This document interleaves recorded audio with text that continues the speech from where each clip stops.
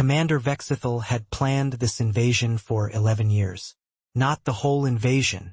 The whole invasion was the Carthan Directorate's business, a slow, patient, multi-front campaign to establish forward outposts on strategically useful worlds across this quadrant, of which Earth was merely one item on a very long list. No, Vexithel had planned this specific landing for 11 years. Site selection, terrain analysis, population density modeling. He had chosen, with the meticulous care of an officer who intended this to be the crowning achievement of his career, what his survey data classified as the single most sparsely populated, least defended, most tactically advantageous landing zone on the entire planet. Rural Alaska, deep backcountry, population density so low his sensors initially flagged it as a data error. No military installations within 900 kilometers. His tactical officer, a wiry Sethran named Pris, confirmed as their landing craft descended through low cloud cover toward a broad, silent valley ringed by dark mountains. No population centers of significant size. No detectable defense infrastructure whatsoever. As expected, Vexithel said, allowing himself the small satisfaction of a plan executing precisely as designed. We will establish our forward base, complete initial resource surveys, and be fully operational before any Terran authority even registers our presence. Sensors are picking up biological movement in the valley, Pris added. Large mass, herbivorous signature, no technological indicators whatsoever. Wildlife, Vexithel said dismissively, irrelevant to our objectives. Proceed with landing. This would prove to be, in the considered retrospective judgment of the Carthan Directorate's After-Action Review Board, the single worst tactical assessment in the recorded history of their expansion campaign. The landing craft touched down in a wide clearing at the valley floor, kicking up a spray of half-frozen mud and startling a flock of ravens into the gray autumn sky. The ramp descended. Vexithel stepped out first, as was his right as commanding officer, breathing in air that his suit's sensors classified as breathable, if uncomfortably cold, and surveying a landscape of scrub brush and distant spruce forest that looked, by every measure his species valued, perfectly, wonderfully empty. Deploy the survey team, he ordered. Begin resource cataloging. Pris, establish the perimeter sensor net. It was at this precise moment that Vexithel noticed the moose. He did not, initially, recognize it as a threat. His briefing materials, hastily compiled, given the Directorate's preference for speed over thoroughness in scouting less strategically critical worlds, had included exactly one line about Terran megafauna in this biome, describing it as large, non-predatory herbivore, generally passive, minimal threat classification.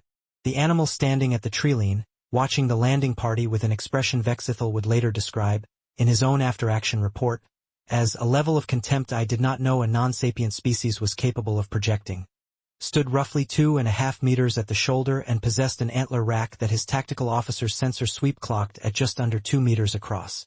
Bull moose, Pris said, reading off her sensor readout with the flat, unbothered tone of someone reciting a mildly interesting fact.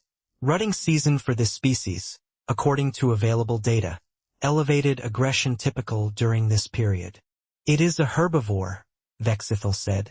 It eats plants. Yes, Commander. It is not a threat. The moose took a single step forward, out of the treeline, and lowered its head. Commander, Pris said, in a voice that had developed a very slight, very professional edge of concern. I would like to note for the record that I do not believe this animal has read the same briefing materials we have. What happened over the following 4 minutes has since become, among certain circles of coalition military historians who specialize in cataloging embarrassing first-contact incidents, something approaching legend. The moose charged. Vexithel's first instinct, a perfectly reasonable one, given his species' evolutionary background as apex predators on a world with no comparable megafauna, was that a 2.5-meter herbivore charging at a fully armed landing party of 18 soldiers represented essentially no tactical threat whatsoever. He gave the order to hold position and continue deployment, confident that the animal would either be deterred by the mere presence of armed personnel or, at worst, require a single non-lethal deterrent shot to redirect. The moose was deterred by neither. It hit the first line of Carthan soldiers, 3 troopers positioned to establish the perimeter sensor net, with a force that Pris's sensors would later calculate, In a report she filed with what Vexithel privately considered unnecessary enthusiasm, at approximately 4 times what standard Directorate combat modeling classified as sufficient to incapacitate an armored infantry unit. All 3 troopers went down. Not fatally, Carthan combat armor was rated for considerably worse than an angry ungulate, whatever Pris's enthusiasm about the raw kinetic numbers suggested, but thoroughly, undeniably, humiliatingly down, scattered across the frozen mud like scenery in a very poorly staged holodrama.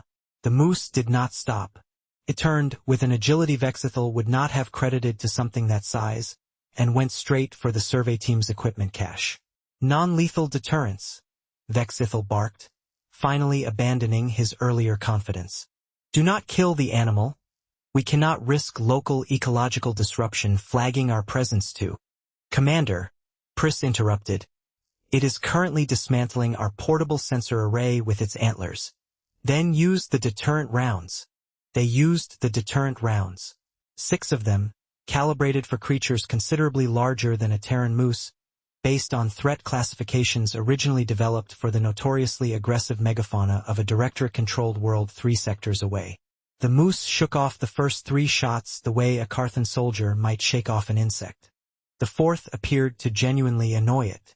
By the 6th, it had abandoned the sensor array entirely and turned its full attention toward the 6 soldiers who had been shooting at it, which struck Vexithel, watching from what he was already privately reclassifying as an insufficiently safe distance, as a significantly worse outcome than the equipment loss it replaced.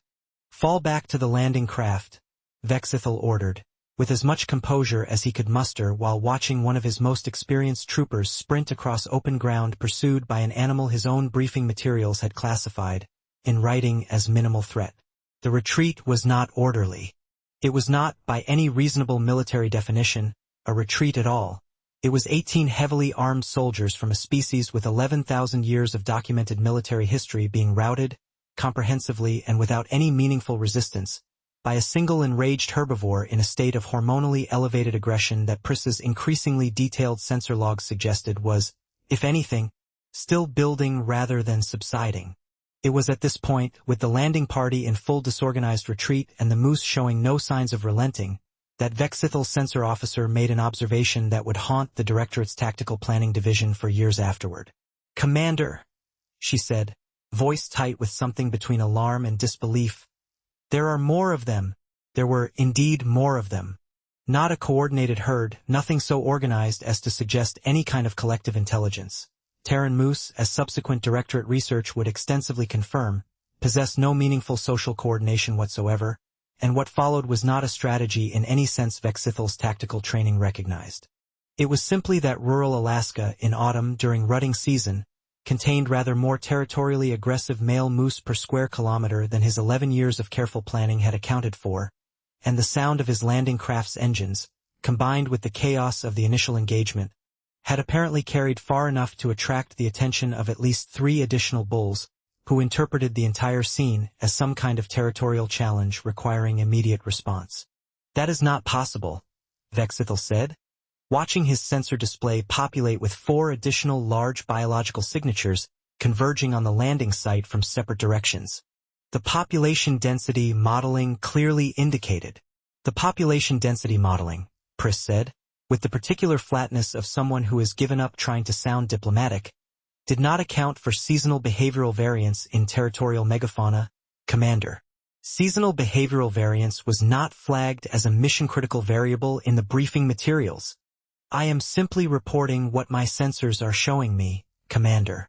What followed has been reconstructed, in exhaustive and occasionally gleeful detail, by coalition military historians using recovered Directorate sensor logs and represents, according to at least one widely cited academic paper on the subject, the most comprehensively documented tactical defeat of an organized military force by unarmed wildlife in recorded galactic history. For moose, 18 fully armed soldiers, backed by a landing craft equipped with weapons systems theoretically capable of leveling the entire valley. And within 11 minutes of the second bull's arrival, the Carthan Directorate's forward landing party was in full, comprehensive, undignified retreat back up the ramp of their own landing craft, several soldiers requiring assistance from squad mates due to injuries that Pris's medical logs would later classify, with what Vexithel considered unnecessary specificity, as moose-related. The landing craft's ramp sealed with 3 separate bulls actively engaging the hull, one of them managing to leave a dent in reinforced Carthan alloy plating that would later require a full replacement panel, a repair cost that Vexithel would spend considerable effort trying to justify in his expense reporting without explicitly writing the words damage sustained during combat engagement with local wildlife in an official directorate document. He wrote it anyway. There was no other honest way to categorize it. The landing craft achieved liftoff at 0347 local time, 4 hours and 11 minutes after touchdown, having accomplished none of its mission objectives, sustained 11 soldier injuries requiring medical attention, lost approximately 60% of its deployed sensor equipment, and, in what Vexithel considered privately the single most humiliating line item of the entire debacle, been forced to expend nearly a third of its non-lethal deterrent ordnance on a species his own briefing. Materials had rated in writing as posing minimal threat. Status report, he said, once they had achieved safe orbital distance and his hands had mostly stopped shaking. 11 injured. None critical, Priss reported. Sensor array at 40% operational capacity. Hull integrity compromised at 3 points. She paused. Mission objectives. Not achieved. I am aware of the mission status, Priss. Yes, Commander. There was a long silence on the bridge. For the record, Priss said, eventually, in a tone that suggested she had been waiting some time for permission to say this, I would like to formally request that all future landing site selections for this planet include seasonal wildlife behavioral data as a mandatory pre-deployment variable. Noted, Vexithel said, through gritted mandibles. I would also like to note, for the after-action report, that we were defeated by an unarmed herbivore that your own briefing classified as. I am aware of what the briefing classified it as, Priss. Minimal threat, Priss finished, apparently unable to resist. I simply think it's important the historical record be accurate, Commander. The Directorate's after-action review, filed 6 weeks later, was, by all accounts, a genuinely painful document to produce. It took considerable effort, and Vexithel would admit years later to a junior officer over drinks no small amount of personal humiliation, to explain to a review board of senior directorate officers exactly how an 11-year planning process, backed by extensive terrain analysis and population density modeling, had resulted in a full tactical retreat from an uninhabited valley due to what the official report was eventually forced to classify, in unavoidably precise directorate terminology, as Category 3 wildlife resistance. Unanticipated, non-sapient, non-coordinated. The review board's questions were extensive. Several of them, Vexithel noted with some bitterness, seemed to be asking primarily to confirm that they had, in fact, understood the report correctly, and were not simply misreading an elaborate translation error. To clarify, one senior officer asked, for what felt to Vexithel like the 4th time. The landing party retreated. From moose. From 4 moose, Vexithel confirmed. During what local biological data classifies as rutting season. I have included the relevant seasonal behavioral appendix in this revised report, as requested.